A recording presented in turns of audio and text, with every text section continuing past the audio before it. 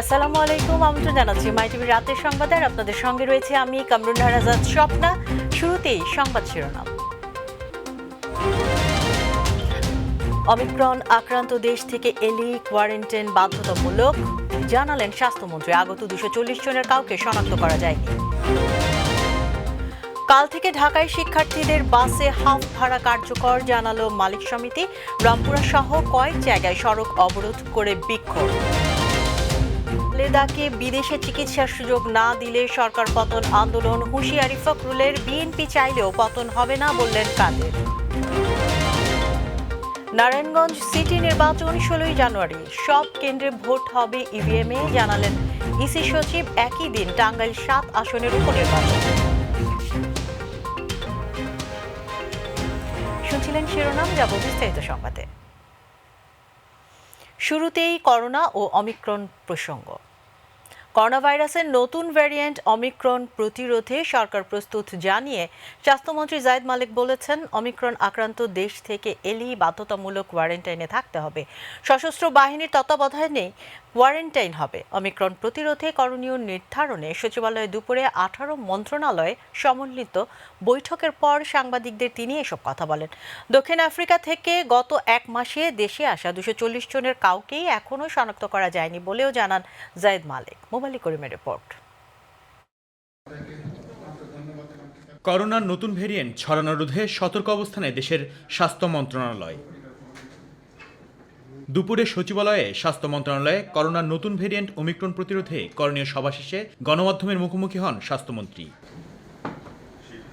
করোনায় সবচেয়ে বেশি ঝুঁকিতে আছেন বয়স্করা, জানিয়ে মন্ত্রী বলেন 60 বছরের বেশি বয়সীদের বুস্টার ডোজের আওতায় আনার কথা। মন্ত্রী বলেন, টিকা নেওয়া নিয়ে মানুষের মধ্যে অনাগ্রহ দেখা দেয় নো ভ্যাকসিন নো সার্ভিস ব্যবস্থায় যাওয়ার সিদ্ধান্ত এসেছে সরকার। অনেকেই টিকা এখনো নেয় নাই এবং টিকা আমরা আগে যে আগ্রহটা পেয়েছি টিকা নেওয়ার, সেই আগ্রহটা একটু কম। আমরা একটা জিনিস আমরা সিদ্ধান্ত নিয়েছি, যেটা সকলেই একমত হয়েছেন, সেটা হলো আগে যেমন নো মাস্ক নো সার্ভিস ছিল, এখন আমরা বলতে চাচ্ছি যে no vaccine no service, no vaccine no service, এই কথাটা আমরা বলতে চাচ্ছি। সম্প্রতি আফ্রিকা থেকে দেশে আসা 240 জনের কোনো খোঁজ পাওয়া যাচ্ছে না উল্লেখ করে স্বাস্থ্যমন্ত্রী বলেন, বিদেশ ফেরতদের বাড়িতে পতাকা ঝুলিয়ে রাখার কথা। বিদেশ থেকে যদি কেউ আসে, তারা যদি বিভিন্ন তাদের বাড়িতে যায়, সেটাকেও যাতে তারা মনিটরিংয়ে রাখে, প্রয়োজন হলে পতাকা লাগায় দিবে। আমাদের দেশে 240 জন লোক আসছে সাউথ আফ্রিকা থেকে গত এক মাসে, এবং তাদেরকে আমরা কন্ট্যাক্ট ট্রেসিং করার চেষ্টা করছি। কিন্তু আফসোসের বিষয়, তারা সকলে তাদের মোবাইল ফোন বন্ধ করে রাখছে। পরে আমাদেরকে তাদেরকে খুঁজে বের করার জন্য স্থানীয় প্রশাসনকে আমাদের বলতে হয়েছে যে তাদেরকে খুঁজে বের করেন। স্কুল কলেজের বিষয়ে কোনো সিদ্ধান্ত হয়নি বলেও এ সময় জানান স্বাস্থ্যমন্ত্রী। মোবাইল করিম, মাই টিভি, ঢাকা। এদিকে অমিক্রন সংক্রমিত আফ্রিকার বিভিন্ন দেশ থেকে ব্রাহ্মণবাড়িয়ায় আসা 7 জনের বাড়ির সামনে কোভিড-19 লেখা টাঙানো সহ কঠোর হোম কোয়ারেন্টাইন নিশ্চিতের সিদ্ধান্ত নিয়েছে জেলা করোনা ভাইরাস নিয়ন্ত্রণ ও প্রতিরোধ কমিটি। পাশাপাশি আখাউড়া সীমান্তে নিরাপত্তা জোরদার ও সীমান্ত দিয়ে আসা যাত্রীদের স্বাস্থ্য পরীক্ষার নির্দেশ দেওয়া হয়েছে। আফ্রিকা থেকে আসা 7 জনের মধ্যে সদরে 2 জন, কসবায় 3 জন এবং নবীনগর ও বাঞ্ছারামপুর 1 জন করে রয়েছে। জেলা প্রশাসক হায়াতুদ্দৌলা খানের সভাপতিত্বে করোনা সংক্রান্ত বৈঠকে এসব সিদ্ধান্ত হয়েছে বলে জানান সিভিল সার্জন মোহাম্মদ একরামুল্লাহ।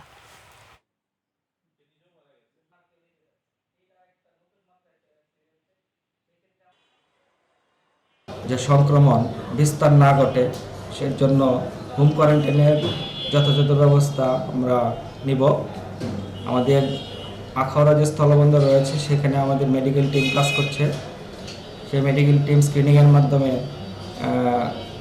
দেখছে যে বাইরে থেকে কোনো উপসর্গ নেই, যেন কেউ দেশে ঢুকতে না পারে। কোভ্যাক্সের আওতায় ফ্রান্স সরকারের কাছ থেকে 2,06,000 অ্যাস্ট্রাজেনেকার টিকা উপহার পেয়েছে বাংলাদেশ। রাষ্ট্রীয় অতিথি ভবন পদ্মায় স্বাস্থ্যমন্ত্রী ও পররাষ্ট্রমন্ত্রীর কাছে টিকা হস্তান্তর করেন ফ্রান্সের রাষ্ট্রদূত জে মেরিন সু। ফ্রান্স সরকারের দেয়া উপহার দেশের টিকাদান কার্যক্রমকে ত্বরান্বিত করবে বলে জানান স্বাস্থ্যমন্ত্রী জায়েদ মালেক। আর পররাষ্ট্রমন্ত্রী একে আব্দুল মোমেন জানান, সুইডেন সরকারের কাছ থেকে আরও 5,30,500 টিকা পাওয়া যাবে। অমিক্রনের রেড জোন থেকে বাংলাদেশের নাম ভারত তুলে নিয়েছে বলেও জানান আব্দুল মোমেন। আমরা করোনা ভাইরাস মোকাবেলা করেছি এবং মোকাবেলায় সফলতা অর্জন করেছি। সামনে যে ভাইরাসের কথা বলা হচ্ছে ওমিক্রন, সে বিষয়ে আমরা যথাযথ পদক্ষেপ গ্রহণ করেছি। We are thankful to French government. আমার কাছে তথ্য এসেছে যে গতকালকে সুইডেন অ্যানাউন্স করেছে তারও আমাদের 5,30,200 ভ্যাকসিন। আর একটা কথা বলি, সেটি গতকালকে হঠাৎ করে আমরা শুনলাম আমাদের প্রতিবেশী রাষ্ট্র ভারত, তারা আমাদের নাম ওই 12 জনের মধ্যে এই দিয়ে দিয়েছে। আমরা সবাইকে অ্যাপ্রোচ করি, ভারত আমাদের লিস্ট থেকে উইথড্র করেছে।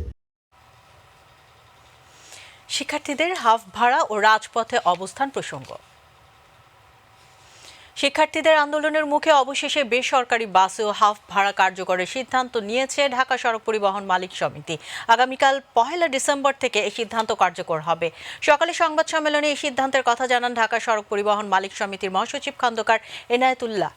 তিনি জানান, ছুটির দিন ব্যতীত সকাল 7টা থেকে রাত 8টা পর্যন্ত শুধু ঢাকা শহরে শিক্ষার্থীরা হাফ ভাড়ার সুবিধা নিতে পারবেন। শিক্ষার্থীদের নিজ নিজ প্রতিষ্ঠানের আইডি কার্ড সাথে রাখতে হবে। SMRF-এর রিপোর্ট।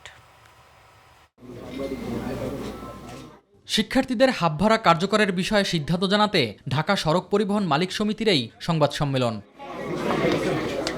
1 ডিসেম্বর থেকে বিআরটিসির পাশাপাশি বেসরকারি বাসেও হাফ ভাড়া সুবিধা পাবেন শিক্ষার্থীরা বলে জানান সংগঠনের মহাসচিব। বাসে হাফ ভাড়ার ব্যাপারে ছাত্রদের দীর্ঘদিনের আন্দোলনের বিষয় নিয়ে আমরা দফায় দফায় সভা করেছি, মালিক শ্রমিকদের সাথে আলোচনা করেছি। সর্বশেষ গতকালকে আমরা মালিক শ্রমিক সবার সাথে এখানে বসেছিলাম। সেই মর্মে আমরা সিদ্ধান্ত নিয়েছি আগামী কালকে থেকে, ইট মিনস 1 ডিসেম্বর থেকে ছাত্রদের হাফ ভাড়া কার্যকর করা হবে। ভাড়া কার্যকরে কিছু শর্ত জুড়ে দেওয়ার কথা জানান তিনি। হাফ ভাড়া প্রদানের সময় স্ব শিক্ষা প্রতিষ্ঠানের ছবিযুক্ত আইডি কার্ড প্রদর্শন করতে হবে। সেকেন্ড, সকাল 7টা থেকে সন্ধ্যা 8টা পর্যন্ত হাফ ভাড়া কার্যকর থাকবে। সরকারি ছুটির দিন, সাপ্তাহিক ছুটির দিন এবং শিক্ষা প্রতিষ্ঠানের মৌসুমি ছুটি সহ অন্যান্য ছুটির সময় ছাত্রদের হাফ ভাড়া কার্যকর হবে না। ঢাকার বাইরে হাফ ভাড়া কার্যকর হবে না বলেও জানান খন্দকার এনায়েতুল্লাহ। এই সিদ্ধান্ত শুধুমাত্র ঢাকা শহরের জন্য, ঢাকার বাইরে কোনোভাবে এই সিদ্ধান্ত কার্যকর নয়। SM Arif, MyTV, Dhaka.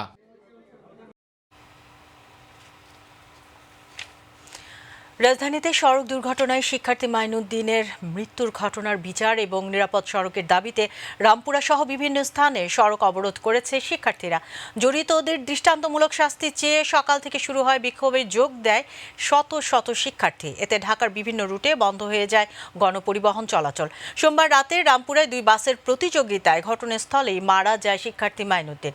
বিস্তারিত ড্যানি রঙের রিপোর্টে। 2 বাসের রেষারেষিতে সহপাঠী মাইনুদ্দিনের মৃত্যুর পর থেকেই বিক্ষুব্ধ ছাত্র সমাজ। সহপাঠীর মৃত্যুর জন্য দোষীদের বিচার ও নিরাপদ সড়কের দাবিতে সকাল থেকেই সড়কে আন্দোলনে নামে তারা। রামপুরা ও ধানমন্ডি সহ বিভিন্ন স্থানেই সড়ক অবরোধ করে বিক্ষোভ করে শিক্ষার্থীরা। সড়কে আর যেন কোনো মৃত্যুর ঘটনা না ঘটে, আর কোনো মায়ের কোল যেন খালি না হয়, সেই আশা নিয়েই রাস্তায় নামার কথা জানায় শিক্ষার্থীরা। এই রায়দা ধাক্কা দেওয়ার ফলে তো আর আউনাবিল হয়েছে। এই ছেলের কিছু কোনো জীবনের দাম নাই। একটা ছেলে যখন আসে কত চিন্তা নিয়ে আসে, তার বাবা মার ইচ্ছা থাকে না। আমাদের দাবিটা আসলে আমরা যাতে সেকেন্ড টাইম আর না মরি, এমনিতেই মরতেছি আরো মরতেছি, আমরা মুক্তি চাই টোটালি সড়ক থেকে। মোট কথা আমরা নিরাপদ সড়ক চাই। হাফ পাস দরকার আছে, কিন্তু আমরা নিরাপদ সড়ক চাই। লাইসেন্স থাকতে হবে, ঠিকভাবে চলতে হবে গাড়ি। আমাদের স্টুডেন্টের দাবি সেটা মানতে হবে, মানে স্টুডেন্টদের যাতে হাফ ভাড়াটা হয় কোনোভাবে সুষ্ঠু ব্যবহার, স্বাভাবিক ব্যবহার করতে। একদিন আগে শিক্ষার্থীদের হাফ ভাড়ার ঘোষণা হলে মাইনুদ্দিনের মৃত্যুর ঘটনা এড়ানো যেত বলেও মনে করে সহপাঠীরা। বাস চালক ও হেলপারের বেপরোয়া আচরণের প্রতিবাদ জানান তারা। বলেন, এটা মানতেছে না ওরা ভাই। পরিবর্তনই হয় নাই, কোনো পরিবর্তনই হয় নাই। পরিবর্তন হলে এমন অ্যাক্সিডেন্ট হতো না।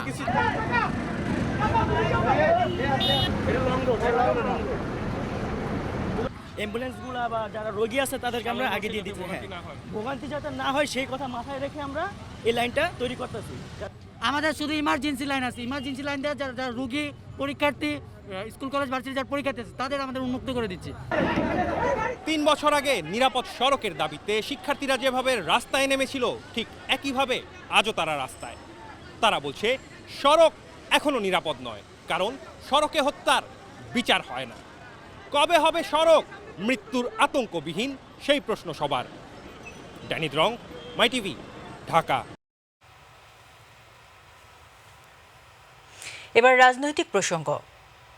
বাংলাদেশ ও ভারতের সম্পর্ক নতুন উচ্চতায় পৌঁছেছে বলে মন্তব্য করেছেন প্রধানমন্ত্রী শেখ হাসিনা। গণভবনে বাংলাদেশে নিযুক্ত ভারতীয় হাই কমিশনার বিক্রম দোরাইস্বামী সৌজন্য সাক্ষাৎ করতে এলে তিনি কথা বলেন। পরে প্রধানমন্ত্রীর প্রেস সচিব এহসানুল করিম সাংবাদিকদের বলেন, বৈঠকে প্রতিবেশী দুই দেশের ব্যবসা বাণিজ্য ও পারস্পরিক সম্পর্কের বিষয়ে আলোচনা হয়েছে।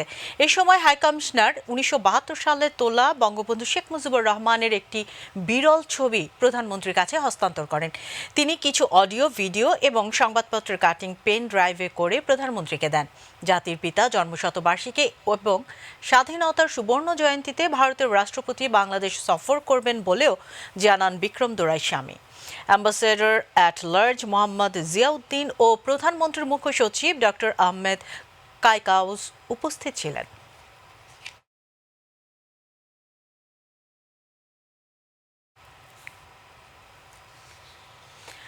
খালেদা জিয়ার মুক্তি দিয়ে সুচিকিৎসার জন্য বিদেশে পাঠানোর ব্যবস্থা না করলে সরকার পতনের আন্দোলন শুরু হয়ে যাবে বলে হুঁশিয়ারি দিয়েছেন বিএনপির মহাসচিব মির্জা ফখরুল ইসলাম আলমগীর।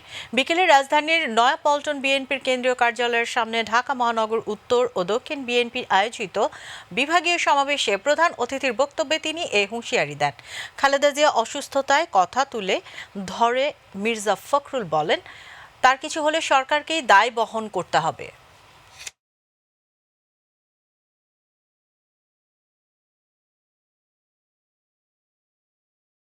একজন সংগ্রামী মহিলা, একজন সংগ্রামী মানুষ, সংগ্রামী নেত্রী, যিনি মৃত্যুর সঙ্গে পাঞ্জা লড়ছেন, অসুখের সঙ্গে পাঞ্জা লড়ছেন, মানুষের অধিকার আদায়ের জন্য, ভোটের অধিকার আদায়ের জন্য, গণতন্ত্রকে পুনরুদ্ধার করার জন্য, দেশনেত্রীর মুক্তির জন্য আমাদেরকে আজকে এই সরকারকে অবশ্যই বন্ধুগণ সরাতে হবে, জনগণের সরকার প্রতিষ্ঠা করতে হবে। জনগণের ইচ্ছায় সরকার ক্ষমতায় উল্লেখ করে আওয়ামী লীগের সাধারণ সম্পাদক, সড়ক পরিবহন ও সেতু মন্ত্রী ওবায়দুল কাদের বলেছেন, বিএনপির ইচ্ছায় সরকারের পতন হবে না। সকালে রাজধানীর ধানমন্ডিতে দলীয় সভাপতির কার্যালয়ে আয়োজিত অনুষ্ঠানে তিনি কথা বলেন। বিএনপি সরাসরি নির্বাচনে অংশ না নিলেও পেছন থেকে উস্কে দিচ্ছে বলেও মন্তব্য করেন ওবায়দুল কাদের। খালেদা জিয়ার ব্যাপারে আমাদের তো আইনের কোনো এখানে প্রতিবন্ধকতা নেই। এখন তিনি আইনের একটা জটিলতার মধ্যে পড়েছে এবং এই জটিলতা সৃষ্টি করেছে বিএনপি। 7 বছর ধরে একটা মামলাকে ঝুলিয়ে রেখেছে। এই মামলার রায় হয়েছে, বিচার ব্যবস্থা স্বাধীন, সেখানে বেগম জিয়া দণ্ডিত হয়েছেন এতিমের অর্থ আত্মসাৎ করার অপরাধে। তিনি শাস্তি ভোগ করছেন, আর সেটার জন্য তো আওয়ামী লীগ দায়ী না। মানবিক ব্যাপার যেটা, সেটা কিন্তু শেখ হাসিনা সর্বোচ্চ মানবিকতা প্রদর্শন করেছেন। এবার অন্যান্য প্রসঙ্গ। আগামী 16 জানুয়ারি নারায়ণগঞ্জ সিটি কর্পোরেশন নির্বাচন অনুষ্ঠিত হবে। সব কেন্দ্রে এবার ইভিএমে ভোট গ্রহণ করা হবে। সকালে নির্বাচন কমিশনের মিডিয়া সেন্টারে প্রেস ব্রিফিংয়ে এই নির্বাচনের তফসিল ঘোষণা করেন ইসি সচিব মোহাম্মদ হুমায়ুন কবির খন্দকার। এর আগে প্রধান নির্বাচন কমিশনার কে এম নুরুল হুদার সভাপতিত্বে কমিশন সভায় ভোটের তারিখ অনুমোদন দেওয়া হয়। 2011 সালে সিটি কর্পোরেশন হিসেবে যাত্রা শুরুর পর এটি হচ্ছে নাসিকের 3য় নির্বাচন। ঘোষিত তফসিল অনুযায়ী মনোনয়নপত্র দাখিলের শেষ সময় 15 ডিসেম্বর, 20 ডিসেম্বর বাছাইয়ের পর মনোনয়নপত্র প্রত্যাহারের শেষ সময় 27 ডিসেম্বর। একই তফসিলে সংসদের টাঙ্গাইল 7 আসনের উপনির্বাচন ও 5টি পৌরসভায় নির্বাচন হবে। সেগুলো ইভিএমে হবে বলে জানান ইসি সচিব হুমায়ুন কবির খন্দকার। জাতীয় সংসদের 136 টাঙ্গাইল 7 শূন্য আসনের নির্বাচন এবং 5টি পৌরসভা বিষয় সিদ্ধান্ত হয়েছে। এই সিটি কর্পোরেশন নারায়ণগঞ্জ জাতীয় সংসদের 136 টাঙ্গাইল 7 শূন্য আসনের উপনির্বাচন এবং 5টি পৌরসভার নির্বাচনের বিষয়ে নির্বাচন অনুষ্ঠিত হবে একই তফসিলে। মনোনয়নপত্র দাখিলের শেষ তারিখ 15 ডিসেম্বর 2021। প্রত্যক্ষ আয়কর বাড়ানোর জন্য জাতীয় রাজস্ব বোর্ডের প্রতি তাগিদ দিয়েছেন আইনমন্ত্রী আনিসুল হক। জনগণের করের টাকা যেন কোনো ধরনের অপচয় না হয় সেদিকেও নজর দেওয়ার আহ্বান জানান তিনি। জাতীয় আয়কর দিবস উপলক্ষে দুপুরে জাতীয় রাজস্ব বোর্ড আয়োজিত অনুষ্ঠানে প্রধান অতিথির বক্তব্যে এসব কথা বলেন আইনমন্ত্রী। অনুষ্ঠানে সভাপতি এনবিআর চেয়ারম্যান আবু হেনা মোহাম্মদ রহমাতুল মুনিম বলেন, করদাতাদের দাবি অনুযায়ী আয়কর হ্রাস করা হলে কর প্রদানকারীর সংখ্যা বাড়বে ও দেশের উন্নয়ন ত্বরান্বিত হবে। অনুষ্ঠানে এফবিসিসিআই এর সভাপতি মোহাম্মদ জসিম উদ্দিন বক্তব্য রাখেন। বাংলাদেশ বিনির্মাণের পথনকশা, যার মূল লক্ষ্য 2041 সালের মধ্যে দারিদ্র্যের বিলুপ্তি ঘটিয়ে এবং উচ্চ আয়ে দেশের মর্যাদার আসীন করে বাংলাদেশকে জাতির পিতার স্বপ্নের সোনার বাংলায় রূপান্তরিত করা।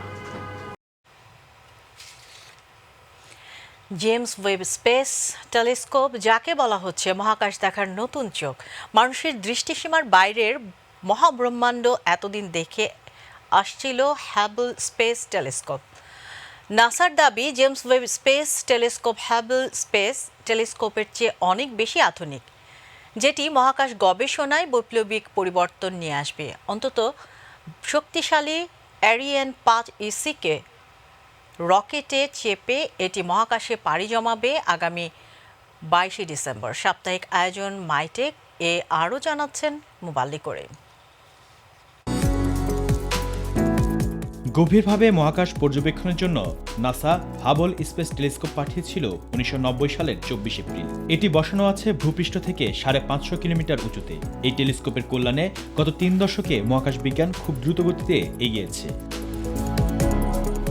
সময়ের ধারাবাহিকতায় ব্রহ্মাণ্ডের আরও গভীরে গিয়ে পর্যবেক্ষণ জরুরি হয়ে পড়েছে, আর সেই জায়গা পূরণ করতে যাচ্ছে জেমস ওয়েব স্পেস টেলিস্কোপ। নাসার দাবি, এটি মহাকাশ গবেষণায় বৈপ্লবিক পরিবর্তন নিয়ে আসবে। নাসা বলছে, মহাকাশ পর্যবেক্ষণ করা নতুন এই চোখ প্রায় 1400 কোটি বছর আগের বিগ ব্যাং বা মহাবিস্ফোরণের পর থেকে এখনকার সময় পর্যন্ত বিভিন্ন মহাজাগতিক বস্তু, তাদের উৎপত্তি, বিকাশ ও ধ্বংসের বহু ঘটনা পর্যবেক্ষণ করতে পারবে। এমনকি ভিন গ্রহে প্রাণের পক্ষে টিকে থাকার পরিবেশ রয়েছে কিনা তাও কতটা সহায়ক, এসব জানা যাবে এর মাধ্যমে।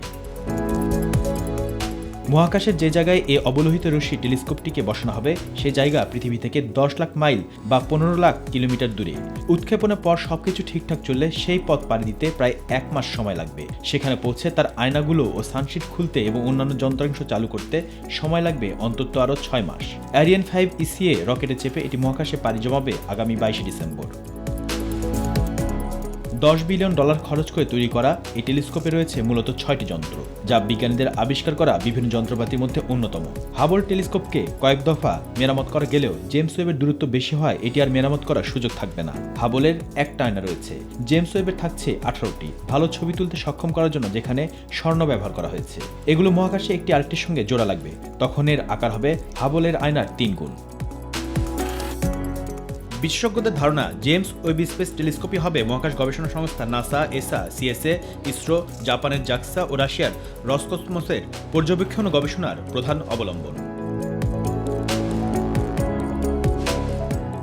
মুবাল্লিক করিম, মাই টিভি। বিশিষ্ট নজরুল গবেষক জাতীয় অধ্যাপক রফিকুল ইসলাম মারা গেছেন। ইন্না লিল্লাহি ওয়া ইন্না ইলাইহি রাজিউন। দুপুর 2:30টার দিকে রাজধানীর এভারকেয়ার হাসপাতালে চিকিৎসাধীন অবস্থায় শেষ নিঃশ্বাস ত্যাগ করেন তিনি। 7 অক্টোবর পেটের ব্যথা নিয়ে বঙ্গবন্ধু শেখ মুজিব মেডিকেল বিশ্ববিদ্যালয় হাসপাতালে ভর্তি হন জাতীয় অধ্যাপক রফিকুল ইসলাম। পরীক্ষা নিরীক্ষার পর ফুসফুসে পানি ধরা পড়ে, তখন তাকে তখন থেকে তিনি সেখানে বক্ষব্যাধি বিভাগে চিকিৎসা নিচ্ছিলেন। উন্নত চিকিৎসার জন্য পরিবারের সদস্যরা তাকে ভারতে নিয়ে যেতে চাইলেও তিনি রাজি হননি। পরে তাকে রাজধানীর এভারকেয়ার হাসপাতালে ভর্তি করা হয়। উত্তরার বাসায় নেয়ার পর 10 নম্বর সেক্টরের খালিদ বিন ওয়ালিদ মসজিদে জানাজা শেষে মরদেহ রাখা হবে হাসপাতালের হিমঘরে। সবার শ্রদ্ধা নিবেদনের জন্য কাল দুপুরে অধ্যাপক রফিকুল ইসলামের কফিন নেওয়া হবে কেন্দ্রীয় শহীদ মিনারে। আসরের পর জানাজা শেষে আজিমপুর কবরস্থানে তাকে দাফন করা হবে। গাজীপুর মহানগরের কোনাবাড়ির জরুন এলাকায় একটি গার্মেন্টসে অগ্নিকাণ্ডের ঘটনা ঘটেছে। বেলা 12:15টার দিকে ওই গার্মেন্টসের নিচতলা থেকে আগুনের সূত্রপাত হয়। খবর পেয়ে কাশিমপুর ডিবিবিএল, কালিয়াকৈর ও জয়দেবপুর ফায়ার সার্ভিসের 6টি ইউনিটের কর্মীরা ঘটনাস্থলে পৌঁছে প্রায় 2 ঘন্টার চেষ্টায় আগুন নিয়ন্ত্রণে আনে। আগুনের কারণ ও ক্ষয়ক্ষতির বিবরণ তাৎক্ষণিকভাবে জানা যায়নি।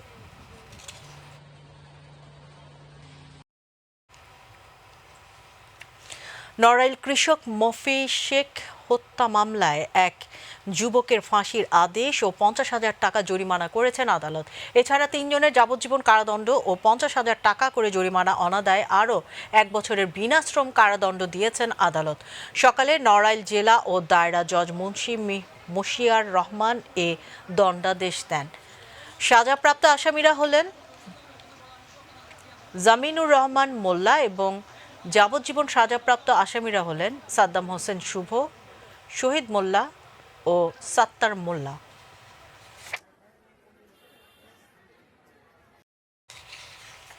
সংবাদের শেষ প্রান্তে আমরা তবে যাবার আগে সংবাদ শিরোনাম জানিয়ে দিচ্ছি আরও একবার। অমিক্রন আক্রান্ত দেশ থেকে এলেই কোয়ারেন্টাইন বাধ্যতামূলক, জানালেন স্বাস্থ্যমন্ত্রী। আগত 240 জনের কাউকে শনাক্ত করা যায়নি। কাল থেকে ঢাকায় শিক্ষার্থীদের বাসে হাফ ভাড়া কার্যকর, জানালো মালিক সমিতি। রামপুরা সহ কয়েক জায়গায় সড়ক অবরোধ করে বিক্ষোভ। খালেদাকে বিদেশে চিকিৎসার সুযোগ না দিলে সরকার পতন আন্দোলন, হুঁশিয়ারি ফখরুলের। বিএনপি চাইলেও পতন হবে না বললেন কাদের। নারায়ণগঞ্জ সিটি নির্বাচন 16 জানুয়ারি, সব কেন্দ্রে ভোট হবে ইভিএমে, জানালেন ইসি সচিব। একই দিন টাঙ্গাইল 7 আসনের উপনির্বাচন। অমিক্রন নিয়ে আতঙ্কিত হওয়ার কিছু নেই বললেন জো বাইডেন। যুক্তরাষ্ট্রে লকডাউন কিংবা চলাচলে বিধিনিষেধ বাড়ছে না। পাকিস্তানের বিপক্ষে ঢাকা টেস্টের জন্য 20 সদস্যের বাংলাদেশ দল ঘোষণা করেছে বিসিবি। ফিরেছেন সাকিব ও তাসকিন।